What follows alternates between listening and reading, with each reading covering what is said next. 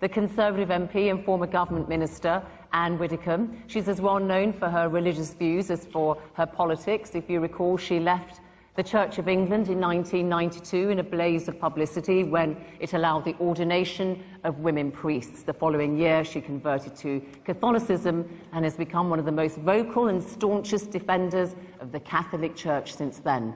Anne Widdecombe, the floor is yours.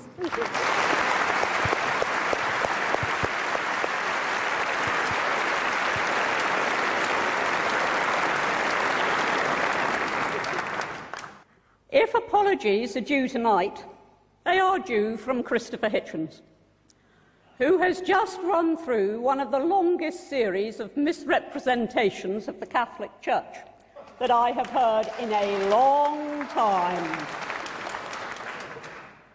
He has said, with that certainty which characterises his utterances, that the Catholic Church has had a history of anti-Semitism.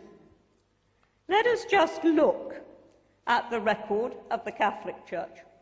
When the Jewish community was under the most serious threat that it has faced in recent centuries, and just look at the role that the Catholic Church played in the last World War. Mr. Hitchens ignores the thousands of Jews who were secreted and rescued in churches and monasteries throughout Europe. He ignores the 3,000 Jews who, in the course of that conflict, took refuge in the Pope's own summer palace.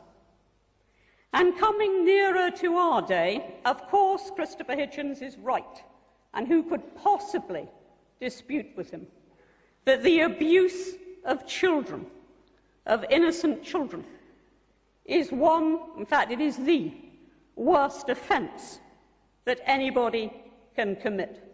Of that, no doubt.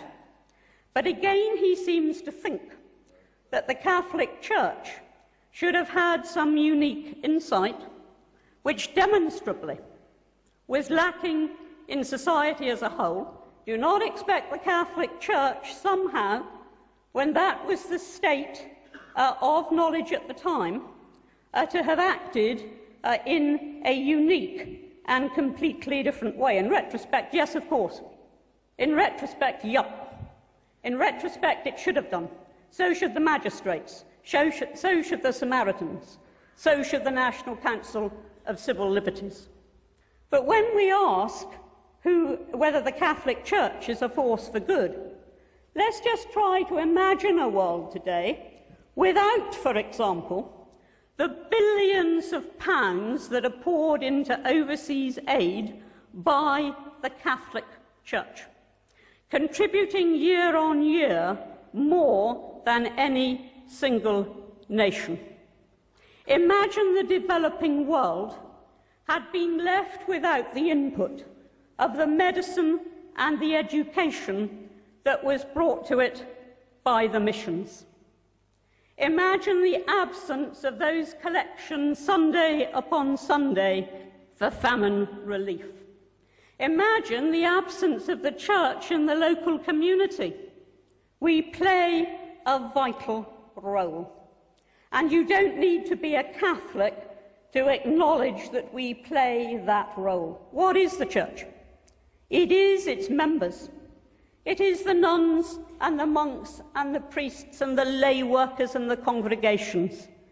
It is not just the hierarchy of the church. And I believe that the church to which I belong is a massive, massive force for good. But let us not just keep the debate at that level.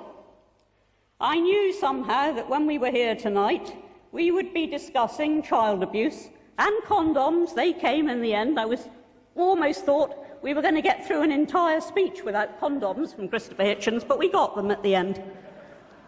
But that is not what the Catholic Church is about. It isn't only about the physical relief of the poor. It isn't only about the work it does on earth, but it is the message that it preaches. And that message is one of hope. That message is one of salvation.